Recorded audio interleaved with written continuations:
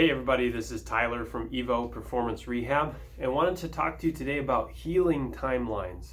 So a lot of times people will get a diagnosis of an issue from their doctor and they'll talk with the orthopedic and they'll say, hey, it'll probably be about 6 to 8 weeks, or it'll be about 3 months, or if you get this surgery, you can expect to be back to normal in about 6 months or something like that. And so I want to just dispel some of the myths of those timelines and let's talk about healing. So healing is not actually a function of time.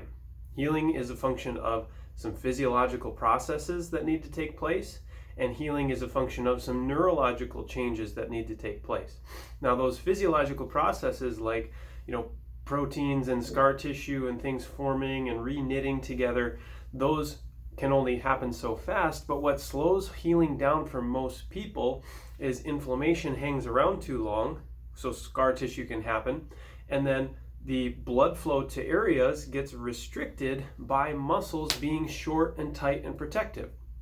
And so that's a neurological thing. The tension in muscle does not come from the muscle, it comes from the nervous system signaling it to be tense.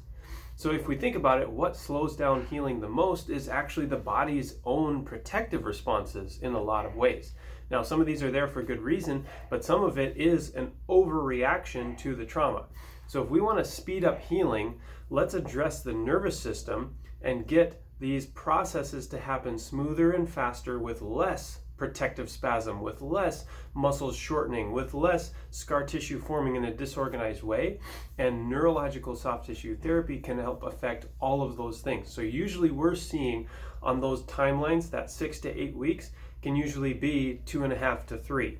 That 6-month recovery might be 2 to 2.5. These are not overinflated numbers. These are practical things from cases that I've worked with personally. And so if you want to figure out how to accelerate your healing, you have to, number one, look at the nervous system, and number two, give us a shout at evoperformancerehab.com.